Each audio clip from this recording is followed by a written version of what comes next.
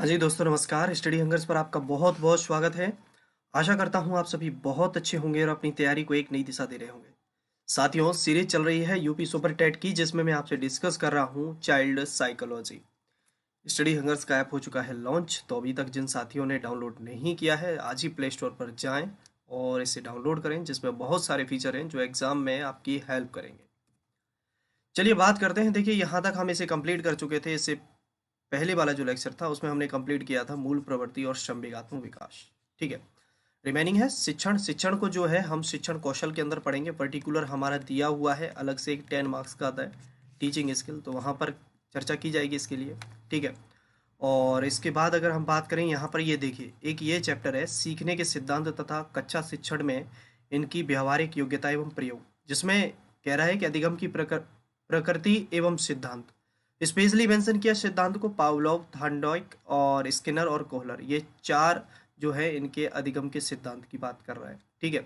अब इसके लिए क्या करेंगे, ऊपर आई बटन जो आ रहा है उस पर आप क्लिक करिए तो आपको इसका वीडियो मिल जाएगा। कैसे मिल जाएगा? क्योंकि इस वीडियो को ऑलरेडी हम डिस्कस कर चुके हैं। जब हमने क्या किया था अधिगम, तब मैंने एक्स्ट्रा में आपको ये जितने भी चार थे इन चारों को डिटेल में पढ़ा दिया है। ठीक है। तो आई बटन पे देख लें, वहाँ से आपको ये प्राप्त हो जाएगी। लिंक मैं इसकी डिस्क्रिप्शन में दे देता हूँ। ठीक है। बाकी का अब बात आती है स्टैटिक्स। रिमेनिंग है हमारा यहाँ पर स्टैटिक्स की देखते हैं, तो ये जो है बहुत रेयर देखने को मिलता है हमारे शिक्षा मनोविज्ञान में, लेकिन कुछ कुछ एग्जाम ऐसे हैं जो इसमें से एक आध क्वेश्चन जब कभी पूछ लेते हैं। ठीक है, तो चलिए इसको देख लेते हैं क्या पूछते हैं। स्टैटिक्स यानी कि स्टैटिस्टिक्स बोलते हैं इसको, सांख्यिकी की बात कर रहे हैं। ठीक है। अब बात कर रहे हैं सांख्यिकी के बारे में। कुछ बेसिक सी चीज़ें हम पहले जान लेते हैं। सांख्यिकी गणित की वह शाखा है जिसमें आंकड़ों के संग्रह, प्रस्तुतिकरण और विश्लेषण पर आंकड़ों से अर्थपूर्ण निष्कर्ष निकालने के संबंध में अध्ययन किया जाता है। उसे हम क्या कहते हैं? सांख्यिकी कहते हैं। क्या कह रहे हैं कि सांख्यिकी गणित की वह शाखा है जिसमें आंकड़ों के संग्रह, जो डाटा है उसका कलेक्शन, उसका प्रस्तुतिकरण और विश्लेषण, एनालिसिस पर आंकड़ों से अर्थपूर्ण निष्कर्ष, कंक्लूजन निकाला जाता है और उस पर अध्ययन किया जाता है। उसे हम क्या कहते हैं? सांख्यिकी कहते हैं। एक और शब्द में जानने की कोशिश करते हैं कि सांख्यिकी गणितीय वह विज्ञान है जिसमें किसी वस्तु, अवयव या समुदाय से संबंधित आंकड़ों का संग्रह, विश्लेषण, व्याख्या या स्पष्टीकरण और प्रस्तुति विशेष अर्थों में की जाती है। उसे सांख्यिकी कहते हैं। इसमें क्या होता है, पर्टिकुलर कोई भी जो भी डाटा होता है उस डाटा को क्या किया जाता है, बच्चों के समझ या किसी भी जो भी टीम होती है, जो भी चीज़ होती है उसकी समझ क्या करते हैं, इसको प्रस्तुत करते हैं। तो वो क्या कहलाता है? आपका स्टैटिस्टिक्स कहलाता है, यानी कि सांख्यिकी कहलाता है। बात करते हैं कि ये सांख्यिकी आया कहाँ से। तो सांख्यिकी को अंग्रेजी में कहते हैं स्टैटिस्टिक्स। ठीक है। ज़्यादातर सामान्यतः लोग इसे स्टैटिक्स बोलते हैं, जो कि थोड़ा सा गलत होता है। ठीक है, स्टैटिस्टिक्स बोला जाता है इसे, जिसकी उत्पत्ति अंग्रेजी भाषा का जो शब्द है स्टेट, अंग्रेजी भाषा का शब्द है स्टेट, और लैटिन भाषा का शब्द है स्टेटस। अंग्रेजी भाषा का शब्द है स्टेट और लैटिन भाषा का शब्द है कौन सा? स्टेटस। और इटालियन भाषा का शब्द है स्टैटिस्टा। इन तीनों ही शब्दों का अर्थ होता है राज्य, और इनसे ही आगे चल के बनेगा क्या? स्टैटिक्स। इन तीनों का अर्थ की बात करें, अंग्रेजी में स्टेट और लैटिन भाषा में स्टेटस और इटालियन भाषा में स्टैटिस्टा, इन तीनों शब्दों का अर्थ क्या है? राज्य। प्राचीन काल में राज्य से संबंधित सूचनाओं के संकलन के लिए इसका प्रयोग किया जाता था और इसे राज्य तंत्र का विज्ञान कहा जाता था। ऐसे पूछ सकता है डायरेक्टली कि प्राचीन समय में जो जनसंख्या, जो जनगणना होती थी, या और भी राज्य सरकार के जो भी आंकड़े होते थे, उनके लिए हम किसका प्रयोग करते थे? तो सांख्यिकी का प्रयोग करते थे। ठीक है। और इसे उस समय में, प्राचीन काल में, इसे क्या कहा जाता था? तो इसे कहते थे राज्य तंत्र का विज्ञान कहते थे।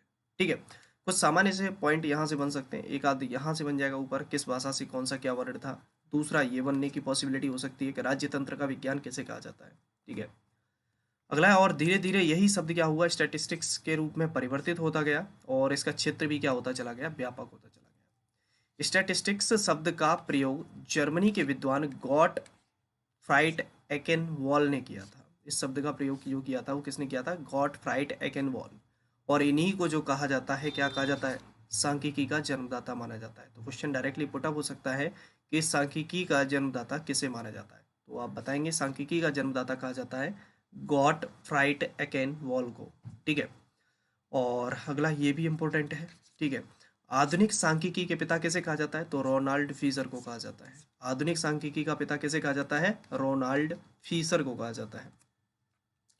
फर्गुसन क्या कह रहे हैं? फर्गुसन कह रहे हैं कि सांख्यिकी का संबंध सर्वेक्षणों और परीक्षणों द्वारा प्राप्त होने वाली सामग्री के संकलन, वर्गीकरण और व्याख्या से है। ठीक है, कंपाइलेशन करेंगे, क्लासिफिकेशन करेंगे और उसका क्या करेंगे, व्याख्या करेंगे उसकी। सांख्यिकी के कार्य, क्या क्या कार्य हैं सांख्यिकी के? तो देखिए, किसी समस्या या परीक्षण के संबंध में तथ्यों या आंकड़ों का संकलन करना। ठीक है, कोई भी समस्या या कोई भी परीक्षण हो रहा है, उसके संबंध में जो भी तथ्य और आंकड़े हैं उनको संकलन किया जाता है।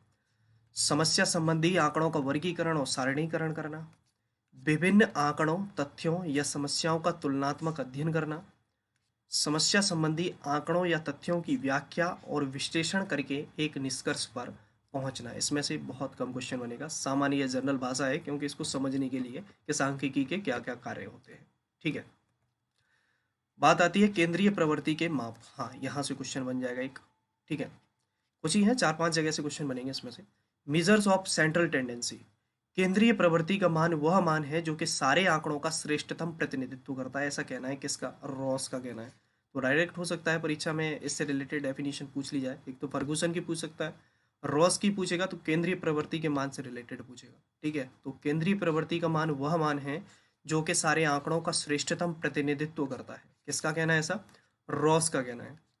किसी श्रेणी में चर का वह मान जो उस श्रेणी का प्रतिनिधित्व करता है उसे हम क्या कहते हैं? केंद्रीय प्रवृत्ति की माप कहलाती है।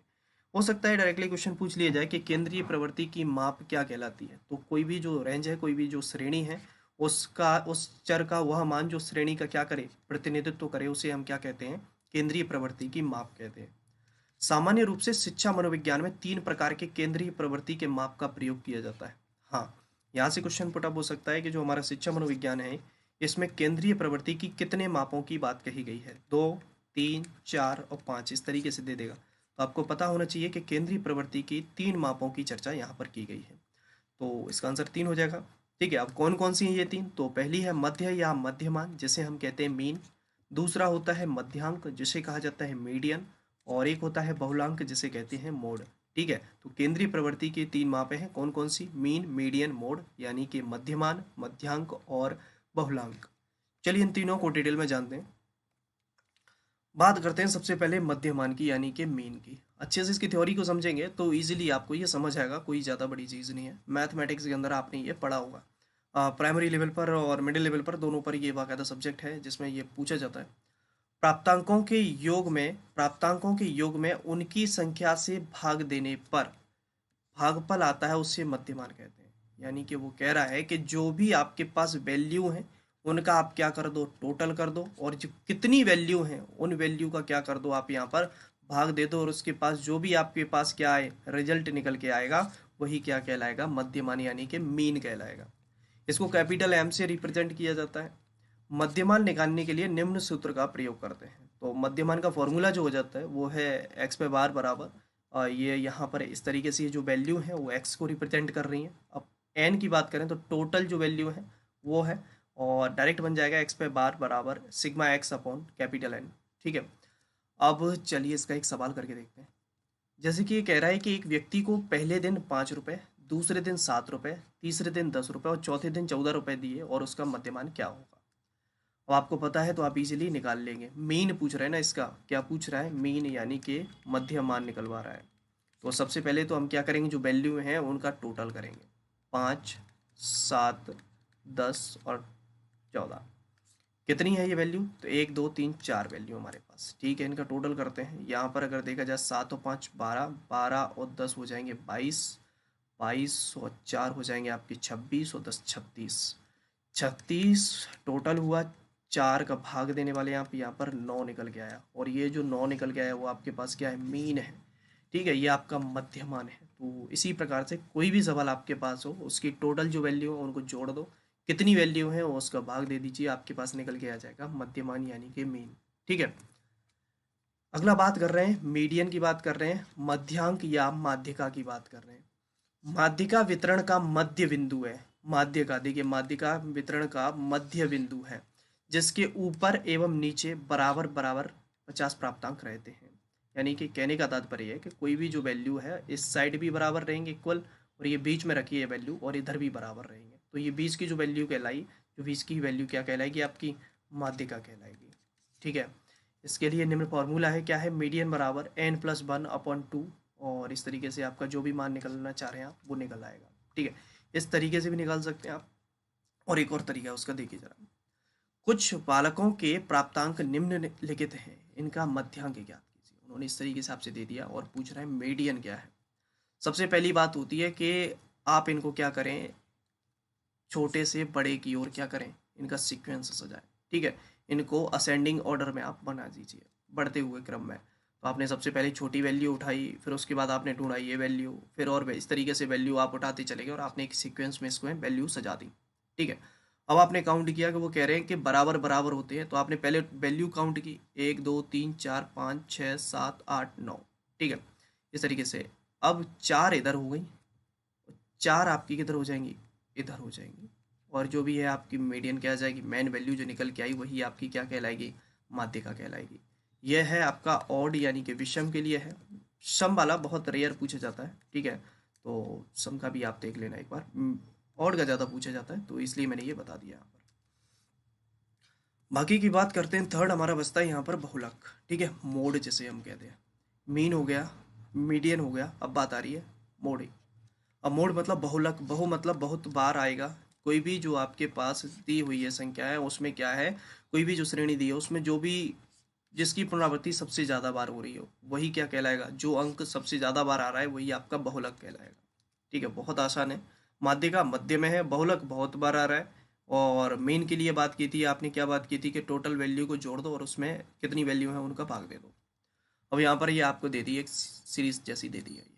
ठीक है, और यहाँ पर पूछ रहा है, वो पूछ रहा है आपसे बहुलांक पूछ रहा है, किसका बहुलांक बताओ। तो आप काउंट कर लीजिए, जो वैल्यू सबसे ज़्यादा बार आ रही है वही उसका आंसर है। आपने इसमें काउंट किया, 6 को आप देख रहे हैं, 1 2 3 4 5 बार आ रहा है। 6 कितनी बार आया, 5 बार आया।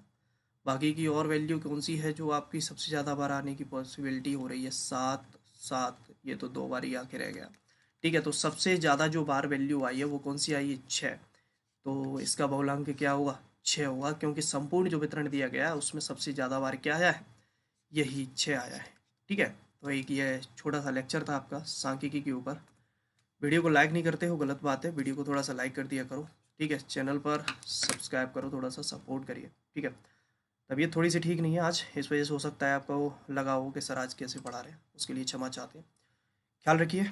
ठीक है, अगले वीडियो में मुलाकात करते हैं। जय हिंद, जय भारत।